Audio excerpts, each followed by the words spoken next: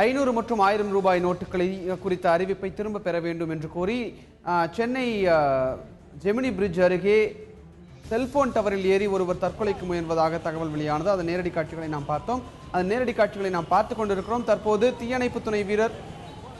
தீயணைப்புத்துறை வீரர் ஒருவர் அவரை நெருங்கி இருப்பதாகவும் அவரை காப்பாற்றுவதற்காக அவரை நெருங்கி இருக்கும் நேரடி காட்சிகளை நாம் பார்த்து கொண்டிருக்கிறோம். இந்நிலையில் களத்திலிருந்து தகவல்களை தருவதற்காக செய்தியாளர் பிரசன்னா நம்முடன் இணைகிறார். பிரசன்னா, தற்போதைய சூழ்நிலை அங்க எப்படி இருக்கு? அங்க ஒரு தீயணைப்புத்துறை வீரர் அவர்கிட்ட கூட இருக்கிறத நம்ம பார்க்க முடிகிறது. அங்க தற்போதைய கள நிலவரம் என்ன? அதாவது தற்பொழுது நாம் நேரடியாக பார்த்து கொண்டிருப்பது போல ஒரு தீயணைப்பு வீரர் அவரை நெருங்கி அவருடைய இடுப்பிலே கயிறை கட்டி கொண்டிருக்கிறார். தீயணைப்பு வீரர் அவருடன் பேச்சுவார்த்தை நடத்தி தற்பொழுது அவரை மெதுவாக இறக்கும் முயற்சியில் ஈடுபட்டுக் கொண்டிருக்கிறார். இதே போல மேலும் ஒரு 2 அல்லது 3 வீரர்களும் அவரை பின்தொடர்ந்து தற்பொழுது ஏறிக்கொண்டிருக்கின்றனர். அவர்கள் ஏறும் காட்சியும் சற்று நேரத்தில் நமக்கு கிடைத்துவிடும்.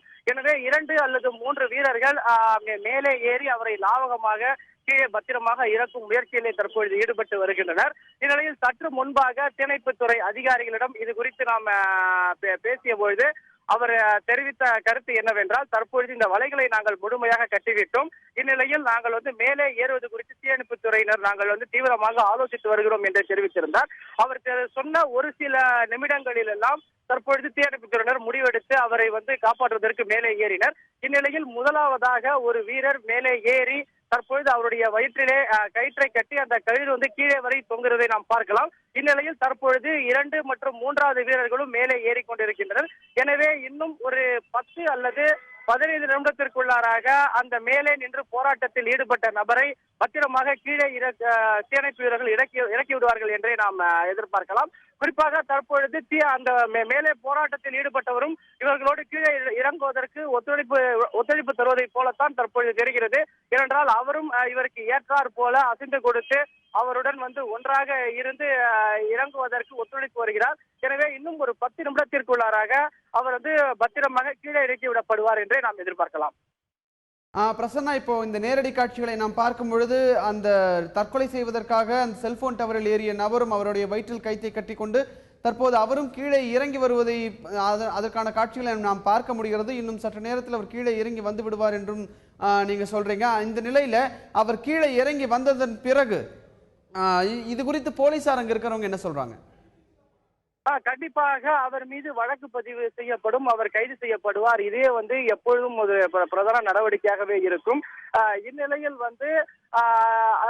அப்படி வழக்கு பதிவு செய்தாலும் கூட அவரை இது மாதிரியான நடவடிக்கையில் இனிமேல் ஈடுபடக்கூடாது என்பதும் அவருக்கு ஒரு எச்சரிக்கையாக விடப்படும்.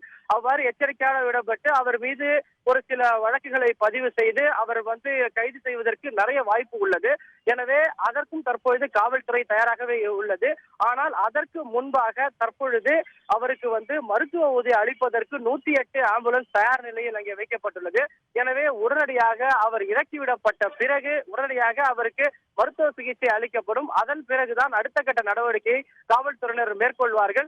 எனவே அடுத்து என்னென்ன நடவடிக்கை எடுக்க போகிறார்கள் என்பது குறித்து இன்னும் சற்று நேரத்தில் காவல்துறை தரப்பே நமக்கு தகவல் வந்துவிடும். எனவே அடுத்த கட்டமாக அவரை கைது செய்கிறார்களா அல்லது எச்சரித்து விடுகிறார்களா என்பது குறித்து நமக்கு தெரிந்துவிடும். மிக அநேகமாக அவர் கைது செய்வதற்கு பெரும்பான்மையான வாய்ப்பு இருக்கிறது என்றே நாம் கூறலாம். பிரசன்னா, இப்போ அங்க அந்த ரவிச்சந்திரன் அவர் என்ன பண்றாரு, அவர் குறித்து ஏதாவது தகவல்கள் கிடைத்திருக்கிறதா? அவருடைய உறவினர்கள் யாரும் அங்க அந்த ஸ்பாட்டுக்கு வந்திருக்காங்களா? அவர் உறவினர் யாரும் தற்பொழுது வரை இந்த பகுதிக்கு வந்ததாக தெரியவில்லை. மேலும் அவர் அவருக்கான சொந்த ஊர் எது என்பது குறித்தும் தற்பொழுது காவல்துறையினர் விசாரித்து தகவல்களை சேகரித்துக் கொண்டிருக்கின்றனர். எனவே இன்னும் சற்று நேரத்தில் அவருக்கு எது சொந்த ஊர், எந்த பாதிப்பு காரணமாக அவர் இப்படிப்பட்ட ஒரு நடவடிக்கையில ஈடுபட்டுள்ளார், மேலும் வேறு என்ன நடவடிக்கையிலே ஈடுபடலாம் என்று திட்டமிட்டுள்ளார் என்பது குறித்தும் தகவல் வெளியாகிவிடும். தற்பொழுது நாம் பார்த்து கொண்டிருக்கிறோம் 108 ஆம்புலன்ஸ் இந்த செல்போன் கோபுரத்திற்கு அருகிலேயே வந்துவிட்டது. எனவே அவர் இன்னும் ஒரு 1 அல்லது 2 நிமிடத்திற்குள்ளாராக அவர் இறங்கி விடுவார். அப்படி அவர் இறங்கியவுடன் அவருக்கு மருத்துவ சிகிச்சை அளிக்கப்படும். அதன் பிறகு அவர் கைது செய்ய வாய்ப்பு இருக்கிறது.